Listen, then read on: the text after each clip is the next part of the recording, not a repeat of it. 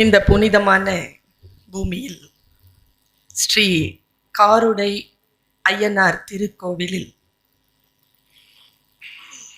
இன்றைய பொழுதில் மிகப்பெரிய ஒரு நிகழ்ச்சியை நடத்த வேண்டும் என்ற உள்ள கிடக்கையுடன் இந்த நிகழ்ச்சியை அமைத்திருக்கக்கூடிய அத்துணை பேருக்கும் நான் வணங்கும் இறைவன் நீண்ட ஆயுளையும் தேக ஆரோக்கியத்தையும் தர வேண்டும் என்கின்ற வேட்கையோடு நான் நிரம்ப மரியாதை செய்யும் ஐயா பெருந்தகை கிருஷ்ணன் அவர்களே, தன்னுடைய வாழ்க்கையின் மூலமாக பண்பாட்டையும் மாண்பையும் என்னை போன்ற பல லட்சம் பேருக்கு முன்னுதாரணமாக வாழ்ந்து வரும் பெருந்தகை எங்கள் முகவரி சொல்வேந்தர் ஐயா சுகிசிவம் அவர்களே, மேடையில் பாங்கறிந்து பேசி அமர்ந்திருக்கக்கூடிய பேச்சாளர்களே, எங்களையெல்லாம் அழைத்து மகிழக்கூடிய அருமை சகோதரர்கள் திருமூர்த்தி அவர்களே, அவரை தொடர்ந்து வந்திருக்கக்கூடிய அனைத்து சகோதரர்களே, திரளாக கூடியிருக்கக்கூடிய தமிழ் உறவுகளே, உங்கள் அத்துணை பேரையும் இந்த நல்ல நேரத்தில் வணங்கி மகிழ்கிறேன். எனக்கு தெரிஞ்சு மந்திரக்காரனுக்கும் சூன்யக்காரனுக்கும் என்ன வித்தியாசம் தெரியுமா? இந்த உலகத்துல தாய்மார்கள், அதிகம் படிக்காத தாய்மார்கள் தன்னுடைய குழந்தைக்கு யாரேனும் சூன்யம் வைத்து விட்டால் மந்திரக்காரனிடம் அழைத்து போவார்கள். அவர்களிடத்தில் மந்திரிச்சு ஒரு கயிறை கட்டுங்க என்று நம்பிக்கையை பெற்று வருவார்கள். சூனியக்காரர்கள் யார் என்றால் முன்னால் இருக்கின்றவர்களுடைய நம்பிக்கையை இழக்கச் செய்கின்றவர்கள் தான் சூனியக்காரர்களே தவிர நம்பிக்கையை தந்த மந்திரக்காரர்களாக அவர்களால் மாறவே முடியாது. நம்முடைய அருமை சகோதரர் நகைச்சுவை நயாகரா ரொம்ப அழகா பேசியிருக்கிறார். எனக்கு தெரிஞ்சு அவர் பேசிக்கிட்டே இருக்கும்போது எனக்கு ஒரு காட்சி ஞாபகம் வந்தது.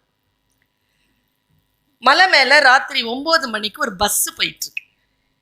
பின்னால இவரை மாதிரியே ஒரு ஆள் உக்காந்துட்டு, பொண்டாட்டி சரியில்லை, புள்ள சரியில்லை, வேலை சரியில்லை, ஊர் சரியில்லை, உடம்பு சரியில்லை, எல்லாம் ஒன்றும் சரியில்லை அப்படின்னு உடனே வண்டி ஓட்டிட்டு இருந்த டிரைவர் சொன்னான், எதுக்கு கவலைப்படுற?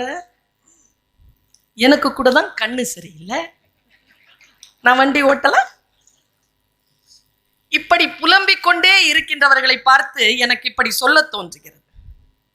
அவர் பேசி ஆரம்பித்து அமர்கின்ற வரைக்கும் எத்தனை போராட்டங்களை அவர் நம்பிக்கை இழக்க வைத்து பேசிக்கொண்டே இருந்தார்னா நான் பார்க்கிறேன்.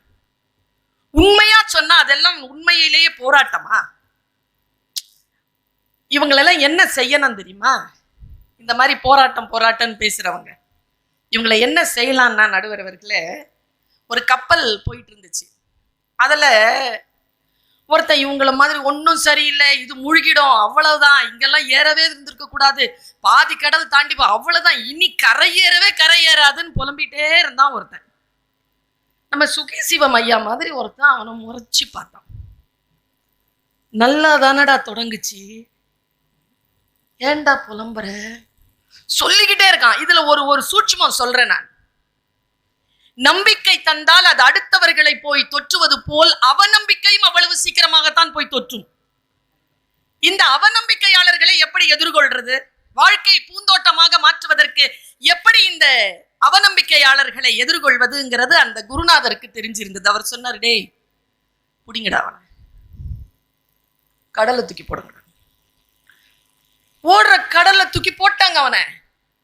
அவன் தத்தளிக்கிறான், அவன் மூச்சு முட்டுறான், அவன் செத்து போயிடுவாங்கிற நேரத்துல பிடிச்சி உள்ள போடுங்கடான்னு பிடிச்சி கப்பல்ல போட்டாங்களா?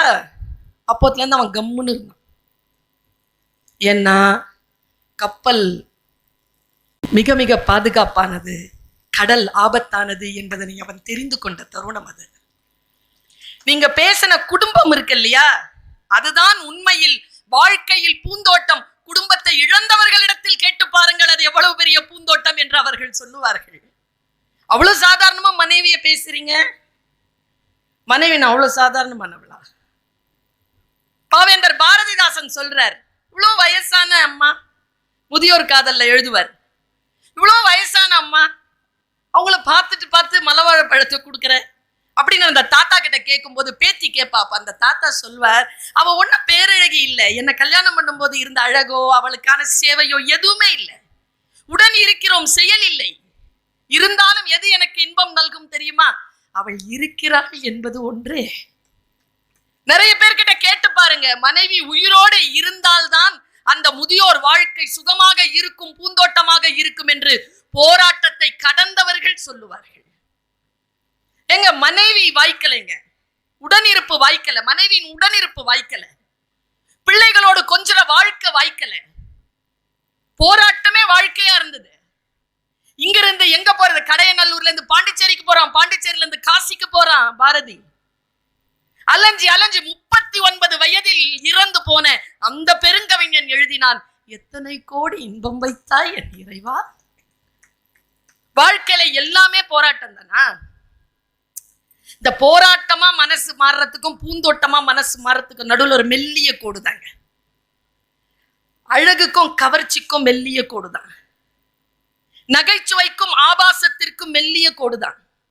அந்த மெல்லிய கோட்டை யார் ஒருவர் புரிந்து கொள்கிறார்களோ அவர்கள் பூந்தோட்டமான வாழ்க்கையை வாழ்கிறார்கள்.